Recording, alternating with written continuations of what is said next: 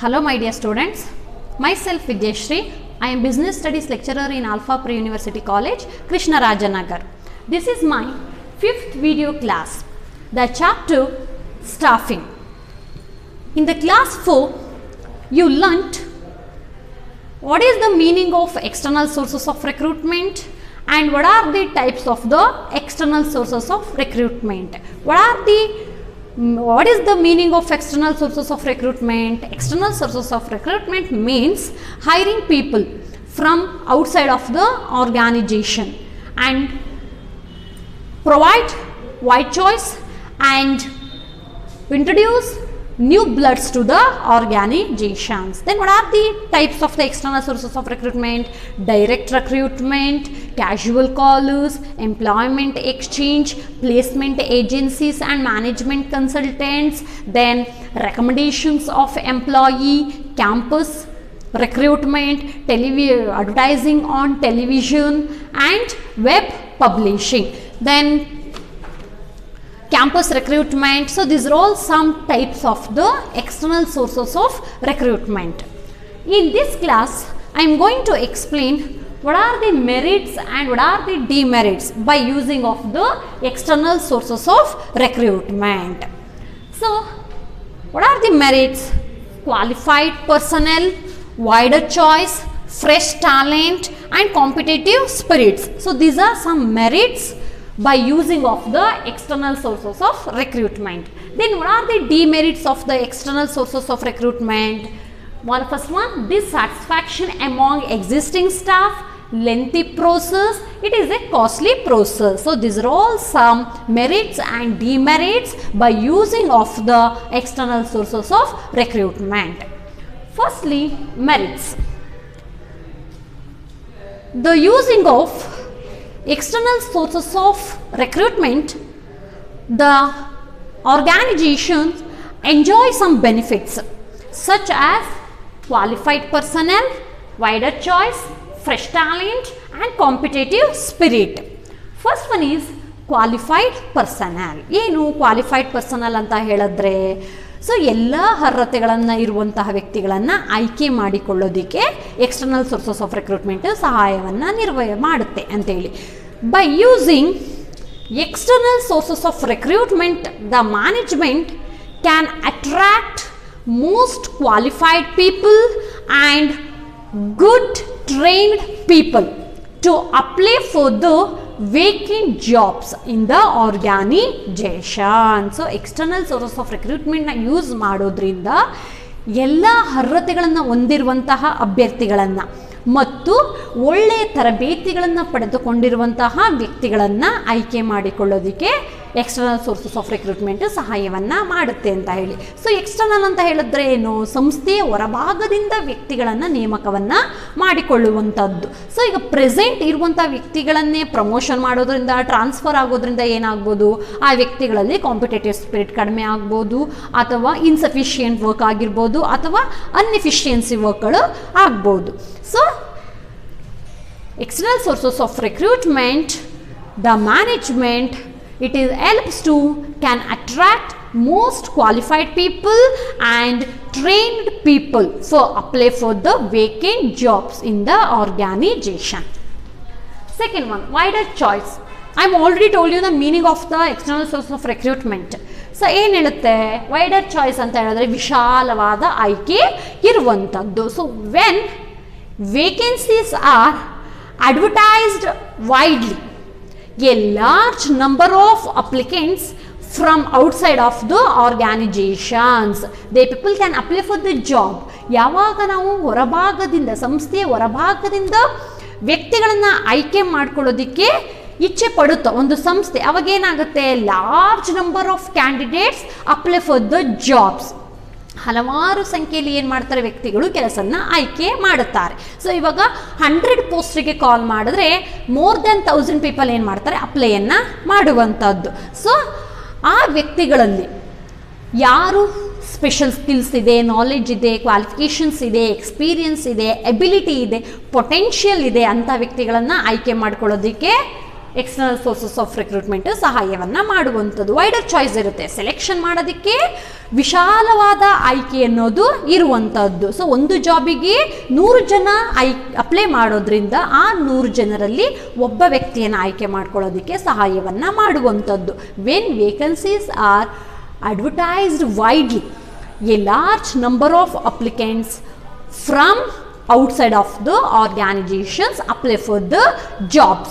The management has to wider choice with a selecting of the people of the recruitment. ಹಲವಾರು ಸಂಖ್ಯೆಯಲ್ಲಿ ಕೆಲವೊಂದು ವ್ಯಕ್ತಿಗಳನ್ನು ಆಯ್ಕೆ ಮಾಡ್ಕೊಳ್ಳೋದಕ್ಕೆ ಸಹಾಯವನ್ನು ಮಾಡುವಂಥದ್ದು.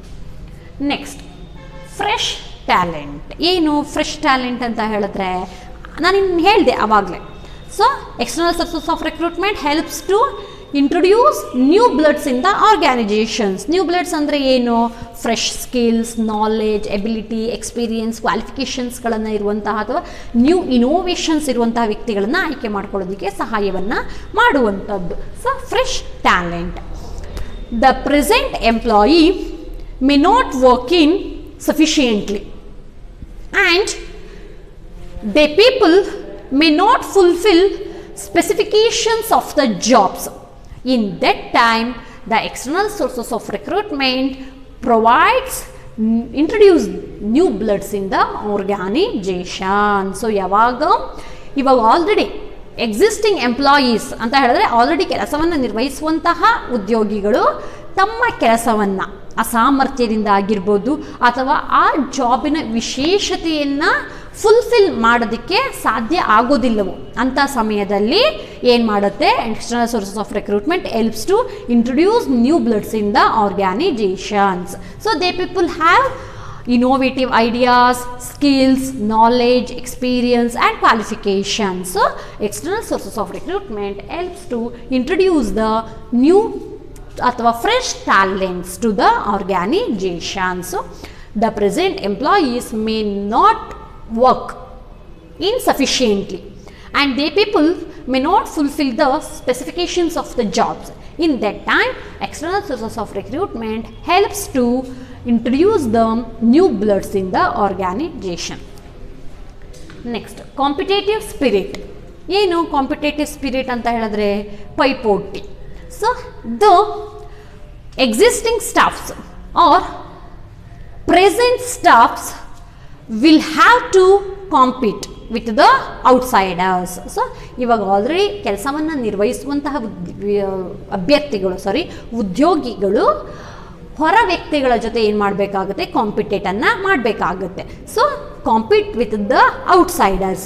They will work order and show better performance. ಯಾವಾಗ ಒಂದು ವ್ಯವಹಾರ ಸಂಸ್ಥೆಯಲ್ಲಿ ಆಲ್ರೆಡಿ ಕೆಲಸವನ್ನು ನಿರ್ವಹಿಸುವಂತಹ ವ್ಯಕ್ತಿಗಳು ಯಾರ ಜೊತೆ ಕಾಂಪೀಟ್ ಮಾಡಬೇಕಾಗುತ್ತೆ, ಔಟ್ಸೈಡರ್ ಜೊತೆ ಕಾಂಪೀಟ್ ಮಾಡಬೇಕಾಗುತ್ತೆ. ಯಾವಾಗ ಎಕ್ಸಿಸ್ಟಿಂಗ್ ಸ್ಟಾಫ್ಸ್ ತುಂಬ ಎಫಿಷಿಯೆಂಟಾಗಿ ತುಂಬ ಸಫಿಷಿಯೆಂಟಾಗಿ ಕೆಲಸವನ್ನು ನಿರ್ವಹಿಸ್ತಾರೋ ಅಂತಹ ಸಮಯದಲ್ಲಿ ಎಕ್ಸ್ಟರ್ನಲ್ ಸೋರ್ಸಸ್ ಆಫ್ ರಿಕ್ರೂಟ್ಮೆಂಟ್ ಅವಶ್ಯಕತೆ ಇರೋದಿಲ್ಲ. ಯಾವಾಗ ಅವರು ವರ್ಕನ್ನು ಇನ್ಸಫಿಷಿಯೆಂಟಿಂದ ಮಾಡೋದು ಅಥವಾ ಅನ್ಎಫಿಷಿಯನ್ಸಿಯಿಂದ ಮಾಡೋದು ಅಥವಾ may not fulfil specifications of the jobs. In that time the organizations go with the external sources of recruitment. ಯಾವಾಗ existing staffing work hard and show better performance in the organizations. So it may reduce the external sources of recruitment from the outside of the organization. So ಇರುವಂತಹ ವ್ಯಕ್ತಿಗಳು ಸಾಮರ್ಥ್ಯದಿಂದ ಕೆಲಸವನ್ನು ನಿರ್ವಹಿಸಿದರೆ ಅಥವಾ work hard ತುಂಬ ಕಷ್ಟದಿಂದ ಅಥವಾ ಕಷ್ಟಪಟ್ಟು ಕೆಲಸವನ್ನು ನಿರ್ವಹಿಸೋದ್ರಿಂದ ಏನಾಗುತ್ತೆ, ಹೊರಭಾಗದಿಂದ ನೇಮಕ ಮಾಡಿಕೊಳ್ಳುವಂಥದ್ದನ್ನು ತಪ್ಪಿಸಿಕೊಳ್ಳಬಹುದು. ಸೊ ಕಾಂಪಿಟೇಟಿವ್ ಸ್ಪಿರಿಟ್ ಏನು ಹೇಳುತ್ತೆ, the existing staff or present staffs will have to compete with the outsiders. They will work harder to show better performance. So these are all important merits of the external sources of recruitment. Next, demerits. The organization suffering from the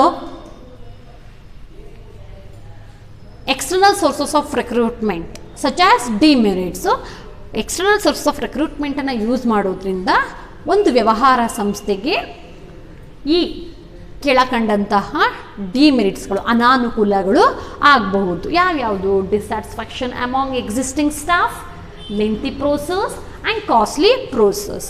ಏನು dissatisfaction among existing staff ಅಂತ ಹೇಳಿದ್ರೆ ಇವಾಗ already ಕೆಲಸವನ್ನು ಮಾಡುತ್ತಿರುವಂತಹ ಉದ್ಯೋಗಿಗಳಲ್ಲಿ ಅತೃಪ್ತಿಯನ್ನು ತರೋದಕ್ಕೆ ಸಹಾಯವನ್ನು ಮಾಡುವಂಥದ್ದು ಯಾವುದು ಎಕ್ಸ್ಟರ್ನಲ್ ಸೋರ್ಸಸ್ ಆಫ್ ರಿಕ್ರೂಟ್ಮೆಂಟ್. ಯಾವ ರೀತಿ ಅವರು ಡಿಸಪಾಯಿಂಟ್ ಆಗ್ತಾರೆ, ಯಾವ ರೀತಿ ಅವ್ರಿಗೆ ಡಿಸ್ಸ್ಯಾಟಿಸ್ಫ್ಯಾಕ್ಷನ್ ಆಗುತ್ತೆ, ಯಾವ ರೀತಿ ಅವ್ರಿಗೆ ಫ್ರಸ್ಟ್ರೇಷನ್ಸ್ ಆಗುತ್ತೆ.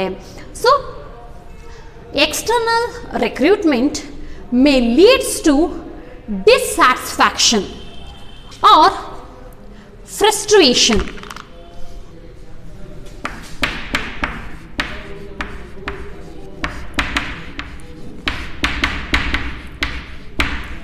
ಏನು ಫ್ರಸ್ಟ್ರೇಷನ್ ಅಂತ ಹೇಳಿದ್ರೆ, ಫ್ರಸ್ಟ್ರೇಷನ್ ಅಂತ ಹೇಳಿದ್ರೆ ಆಸೆ ಆಕಾಂಕ್ಷೆಗಳಿಗೆ ಭಂಗವನ್ನು ತರುವಂಥದ್ದು. So external sources of recruitment external sources may leads to dissatisfaction and frustration among the existing employees. So ಯಾವ ರೀತಿ ಅವ್ರಿಗೆ ಅತೃಪ್ತಿ ಮತ್ತು ಆಶಾಭಂಗ ಮಾಡುತ್ತೆ ಅಂತ ಹೇಳಿದ್ರೆ, ಫಾರ್ ಎಕ್ಸಾಂಪಲ್ ಇವಾಗ ಒಂದು ಸಂಸ್ಥೆಯಲ್ಲಿ ಒಂದು ಹೈಯರ್ ಪೊಸಿಷನ್ ಖಾಲಿ ಇರುತ್ತೆ. ಸೊ ಎಕ್ಸಿಸ್ಟಿಂಗ್ ಎಂಪ್ಲಾಯಿ ಅಥವಾ ಈಗ ಆಲ್ರೆಡಿ ಕೆಲಸವನ್ನು ನಿರ್ವಹಿಸುತ್ತಿರುವಂತಹ ಉದ್ಯೋಗಿ ಏನು ಅನ್ಕೊತಾನೆ, ಆ ಕೆಲಸವನ್ನು ಆ ಹೈಯರ್ ಪೊಸಿಷನ್ ನನಗೆ ಸಿಗುತ್ತೆ ಅನ್ನೋ ಭಾವನೆಯಲ್ಲಿ ಇರುವಂಥದ್ದು. ಅಂಥ ಸಮಯದಲ್ಲಿ ಒಂದು ವ್ಯವಹಾರ ಸಂಸ್ಥೆ ಆ ಪೋಸ್ಟ್ಗೆ ಹೈಯರ್ ಪೊಸಿಷನ್ಸ್ಗೆ ಬೇಕಾಗಿರುವಂತಹ ಅಭ್ಯರ್ಥಿಯನ್ನು ಸಂಸ್ಥೆಯ ಹೊರಭಾಗದಿಂದ ರೆಕ್ರೂಟ್ಮೆಂಟ್ ಮಾಡಿಕೊಂಡ್ರೆ ಈ ಎಕ್ಸಿಸ್ಟಿಂಗ್ ಸ್ಟಾಫ್ಸ್ ಏನಾಗ್ಬೋದು, ಡಿಸಪಾಯಿಂಟ್ ಆಗ್ಬೋದು ಅಥವಾ ಡಿಸ್ಸ್ಯಾಟಿಸ್ಫ್ಯಾಕ್ಷನ್ಸ್ ಆಗ್ಬೋದು ಅಥವಾ ಫ್ರಸ್ಟ್ರೇಷನ್ ಆಸೆ ಆಕಾಂಕ್ಷೆಗಳಿಗೆ ಭಂಗವನ್ನು ಉಂಟು ಮಾಡುವಂಥದ್ದು. So the external sources of recruitment leads to dissatisfaction and frustration of the among existing staffs. The people may have that their chances of promotions is reduced. ನಮಗೆ ಎಲ್ಲೋ ಒಂದು ಕಡೆ ಪ್ರಮೋಷನ್ ಆಗ್ತಿತ್ತು, ಸೊ ಏನಾಯಿತು, ನಮಗೆ ಪ್ರಮೋಷನ್ ಸಿಗಲಿಲ್ಲ, ಕಡಿಮೆ ಆಯಿತು ಅನ್ನುವಂಥ ಫೀಲು ಆಗ್ಬೋದು. ಸೊ ಒಂದು ಸಂಸ್ಥೆಗೆ ಬೇಕಾಗಿರುವಂತಹ ವ್ಯಕ್ತಿಯನ್ನು ಅಥವಾ ಒಂದು ಸಂಸ್ಥೆಗೆ ಹೈಯರ್ ಪೊಸಿಷನ್ಸ್ಗೆ ಬೇಕಾಗಿರುವಂತಹ ವ್ಯಕ್ತಿಯನ್ನು ಸಂಸ್ಥೆಯ ಹೊರಭಾಗದಿಂದ ತಂದು ಆ ಕೆಲಸಕ್ಕೆ ಆಯ್ಕೆ ಮಾಡಿಕೊಂಡ್ರೆ ಏನಾಗುತ್ತೆ, ಇವಾಗ ಆಲ್ರೆಡಿ ಕೆಲಸವನ್ನು ನಿರ್ವಹಿಸುವಂತಹ ವ್ಯಕ್ತಿಗಳಲ್ಲಿ ಅತೃಪ್ತಿ ಅನ್ನೋದು ಆಗುತ್ತೆ ಮತ್ತು ಅವರು ಅಂದುಕೊಂಡಿರುವ ಹಾಗೆ ಆಸೆ ಆಕಾಂಕ್ಷೆಗಳಿಗೆ ಆಶಾಭಂಗವನ್ನು ಮಾಡುವಂತೆ ಆಗುವಂಥದ್ದು. So external sources of recruitment leads to dissatisfaction and frustration among existing staffs in the organizations. Existing staffs may feel their promotions are reduced. Next, lengthy process, long process ಅಂತ ಹೇಳಿದ್ರೆ it takes some times. So the recruitment from external sources take a long time. So ಒಂದು ವ್ಯವಹಾರ ಸಂಸ್ಥೆಗೆ ಬೇಕಾಗಿರುವಂಥ ಅಭ್ಯರ್ಥಿಗಳನ್ನು ಸಂಸ್ಥೆಯ ಹೊರಭಾಗದಿಂದ ನೇಮಕ ಮಾಡಿಕೊಳ್ಳೋದಕ್ಕೆ ಹೆಚ್ಚು ಸಮಯವನ್ನು ತೆಗೆದುಕೊಳ್ಳುವಂಥದ್ದು. So the business has to notify the vacancies and wait for the application to initiate the selection process. ಒಂದು ವ್ಯವಹಾರ ಸಂಸ್ಥೆಗೆ ಬೇಕಾಗಿರುವಂಥ ಅಭ್ಯರ್ಥಿಗಳನ್ನು ಸಂಸ್ಥೆಯ ಹೊರಭಾಗದಿಂದ ಆಯ್ಕೆ ಮಾಡಿಕೊಳ್ಬೇಕು ಅಂತ ಹೇಳಿದ್ರೆ it takes long time because wait for the applications, first vacancies ಅದ್ರ ಬಗ್ಗೆ ಜಾಹೀರಾತುಗಳನ್ನು ನೀಡಬೇಕಾಗುತ್ತೆ. ದೆನ್ ವೇಟ್ ಫಾರ್ ದ ಅಪ್ಲಿಕೇಶನ್ಸ್ಗಳಿಗೋಸ್ಕರ ಕಾಯಬೇಕಾಗುತ್ತೆ. ಮತ್ತು ಆ ಅಪ್ಲಿಕೇಶನ್ಸಲ್ಲಿ ಯಾರು ಸೆಲೆಕ್ಟೆಡ್ ಆಗಿರ್ತಾರೋ ಅಂತಹ ವ್ಯಕ್ತಿಗಳನ್ನು ಸೆಲೆಕ್ಷನ್ ಮಾಡ್ಕೊಳ್ಳೋದಕ್ಕೂ ಏನಾಗುತ್ತೆ, it take some times. So it is a lengthy process. Recruitment of external sources may take long time because the business firstly notify the vacancies and wait for the application and initiate the selection process. It may take long time to recruitment of the candidates from external sources. Next, costly process.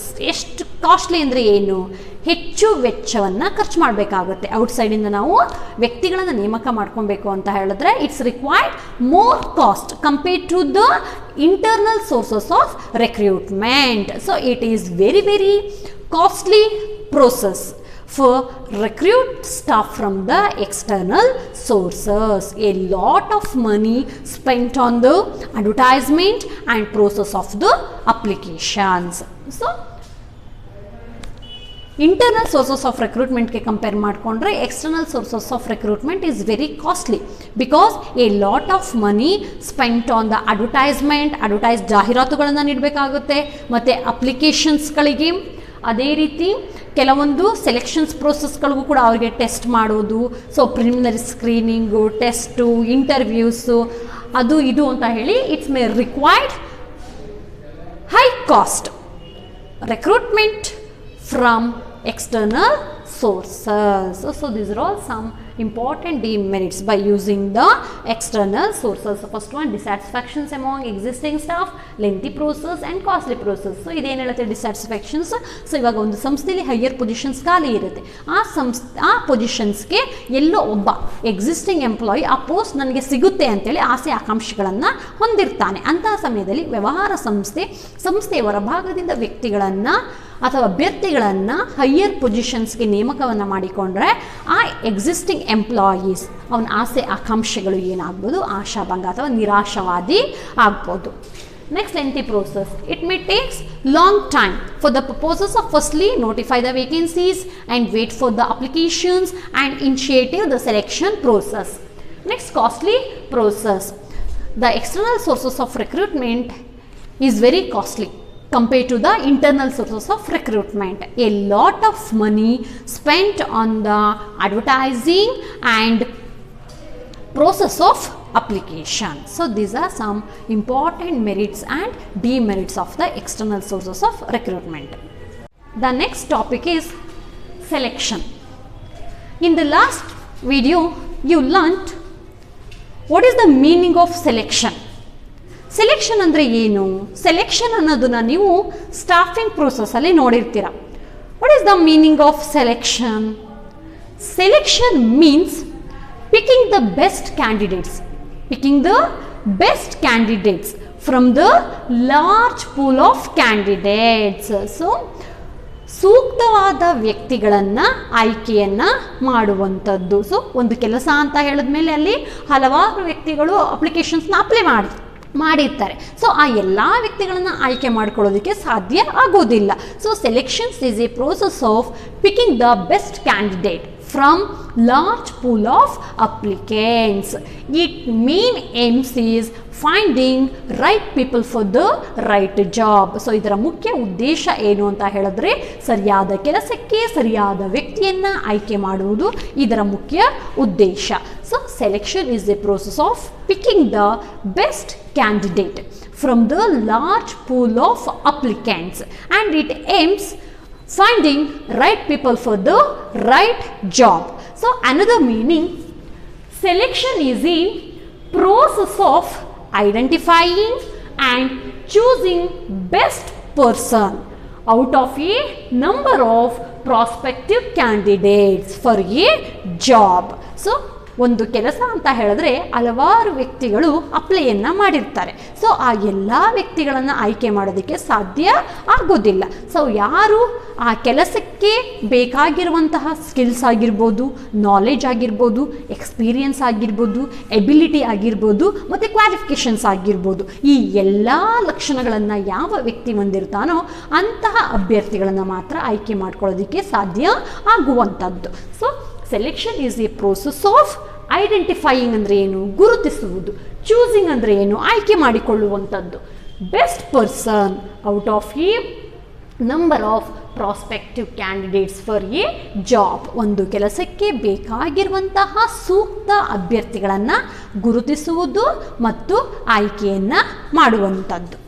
Next, definitions. ಇಬ್ಬರು ವ್ಯಕ್ತಿಗಳು ತಮ್ಮದೇ ಆದಂತಹ ರೀತಿಯಲ್ಲಿ selection ಅಂದರೆ ಏನು ಅನ್ನೋದನ್ನು ವ್ಯಾಖ್ಯಾನವನ್ನು ಮಾಡಿರ್ತಾರೆ. ಸೊ ಆ ವ್ಯಕ್ತಿಗಳು ಯಾರ್ಯಾರು ಅಂತ ಹೇಳಿದ್ರೆ, ಒಂದು ಡೇಲ್ ಯೋದೋ, ಇನ್ನೊಬ್ಬರು David Robbins. This people gave definitions about the selection. Firstly, Dale Yoder. According to this person, selection is the process of choosing from among the candidates, choosing from the among the candidates from within the organizations or from the outside of the organizations, most suitable persons for the current or future position. So ಒಂದು ವ್ಯವಹಾರ ಸಂಸ್ಥೆಯಲ್ಲಿ ಕೆಲಸವನ್ನು ನಿರ್ವಹಿಸಲು ಅಥವಾ ಖಾಲಿ ಇರುವ ಕೆಲಸಗಳನ್ನು ನಿರ್ವಹಿಸಲು ಬೇಕಾಗಿರುವ ಅಭ್ಯರ್ಥಿಗಳನ್ನು ಸಂಸ್ಥೆಯ ಒಳಭಾಗದಿಂದ ಆಗಿರ್ಬೋದು ಅಥವಾ ಸಂಸ್ಥೆಯ ಹೊರಭಾಗದಿಂದ ಆಯ್ಕೆ ಮಾಡಿಕೊಳ್ಳುವಂಥದ್ದು. ಆ ವ್ಯಕ್ತಿಗಳು ಪ್ರಸ್ತುತ ಕಾರ್ಯನಿರ್ವಹಿಸೋದಕ್ಕೆ ಮತ್ತು ಭವಿಷ್ಯದಲ್ಲಿ ಕಾರ್ಯನಿರ್ವಹಿಸೋದಕ್ಕೆ ಅವರು ಸೂಟಬಲ್ ಆಗಿರಬೇಕು ಅಂತೇಳಿ ಈ ವ್ಯಕ್ತಿ ಹೇಳಿರುವಂಥದ್ದು. So it is a process of choosing from among the candidates from within the organization or from the outside of the organizations, the candidates most suitable person for the current or future position. So ಒಂದು ಸಂಸ್ಥೆಯಲ್ಲಿ ಖಾಲಿ ಇರುವ ಹುದ್ದೆಗಳಿಗೆ ಬೇಕಾಗಿರುವಂತಹ ಅಭ್ಯರ್ಥಿಗಳನ್ನು ಸಂಸ್ಥೆಯ ಒಳಭಾಗದಿಂದ ಆಗಿರ್ಬೋದು ಅಥವಾ ಸಂಸ್ಥೆಯ ಹೊರಭಾಗದಿಂದ ಆಗಿರ್ಬೋದು. ಸೊ ಬೆಸ್ಟ್ ಕ್ಯಾಂಡಿಡೇಟ್ಸನ್ನು ಚೂಸ್ ಮಾಡುವಂಥದ್ದು. ಆ ವ್ಯಕ್ತಿಗಳು, ಆ ಅಭ್ಯರ್ಥಿಗಳು ಪ್ರೆಸೆಂಟ್ ಪೊಸಿಷನ್ಸ್ಗೂ ಸೂಟಬಲ್ ಆಗಿರಬೇಕು ಮತ್ತು ಫ್ಯೂಚರ್ ಪೊಸಿಷನ್ಸ್ಗೂ ಕೂಡ ಸೂಟಬಲ್ ಆಗಿರಬೇಕು. ಅಂತಹ ವ್ಯಕ್ತಿಗಳನ್ನು ಆಯ್ಕೆ ಮಾಡ್ಕೊಳ್ಳೋದಕ್ಕೆ ಸೆಲೆಕ್ಷನ್ ಅಂತೇಳಿ ಕರೆದಿದ್ದಾರೆ. Next second person, David and Robbins. According to this person, selection is a managerial decision making process as to predict which job applicants will be successful if hired. So ಆಯ್ಕೆ ಆಗಿರುವಂತಹ ವ್ಯಕ್ತಿಗಳು ಅಥವಾ ಆಯ್ಕೆ ಮಾಡಬೇಕು ಅಂದುಕೊಂಡಿರುವಂತಹ ವ್ಯಕ್ತಿಗಳು ಆ ಕೆಲಸವನ್ನು ತೆಗೆದುಕೊಂಡರೆ ಆ ವ್ಯಕ್ತಿಗಳಲ್ಲಿ ಆ ಕೆಲಸವನ್ನು ಯಶಸ್ವಿಯಾಗಿ ಪೂರೈಸಲು ಸಾಧ್ಯ ಆಗುತ್ತದೆಯಾ, ಆ ಕೆಲಸವನ್ನು ಯಶಸ್ವಿಯಾಗಿ ಯಾರು ಪೂರೈಸುತ್ತಾರೋ ಅಂತಹ ವ್ಯಕ್ತಿಗಳನ್ನು ಆಯ್ಕೆ ಮಾಡಿಕೊಳ್ಳೋದಕ್ಕೆ ಡೇವಿಡ್ ಆ್ಯಂಡ್ ರಾಬಿನ್ಸ್ ಅವರು ಸೆಲೆಕ್ಷನ್ ಅಂತೇಳಿ ಕರೆದಿದ್ದಾರೆ. ಸೊ ಇದು ಒಂದು ನಿರ್ವಹಣಾ ಅಧಿಕಾರಿಗಳು ತೆಗೆದುಕೊಳ್ಳುವಂತಹ ನಿರ್ಧಾರವಾಗಿರುವಂಥದ್ದು. So process has to predict which job applicants will be successful if hired. So ಯಾವ ವ್ಯಕ್ತಿಗಳನ್ನು ನಾವು ಆಯ್ಕೆ ಮಾಡಿದರೆ ಆ ವ್ಯಕ್ತಿಗಳು ಸಕ್ಸಸ್ಫುಲ್ ಆಗ್ತಾರ, ಯಶಸ್ವಿ ಆಗ್ತಾರ, ಅಂಥ ವ್ಯಕ್ತಿಗಳನ್ನು ಆಯ್ಕೆ ಮಾಡಿಕೊಳ್ಳೋದಕ್ಕೆ, ಒಂದು ಕೆಲಸ ಅಂತ ವಹಿಸಿದ ಮೇಲೆ ಆ ಕೆಲಸದಲ್ಲಿ ಆ ವ್ಯಕ್ತಿಗಳು ಯಶಸ್ವಿ ಆಗಬೇಕು, ಅಂತಹ ವ್ಯಕ್ತಿಗಳನ್ನು ಆಯ್ಕೆ ಮಾಡ್ಕೊಳ್ಳೋದಕ್ಕೆ ಸೆಲೆಕ್ಷನ್ ಅಂತೇಳಿ ಡೇವಿಡ್ ಮತ್ತು ರಾಬಿನ್ಸ್ ಅವರು ಕರೆದಿದ್ದಾರೆ. So according to this person, it is the managerial decision making.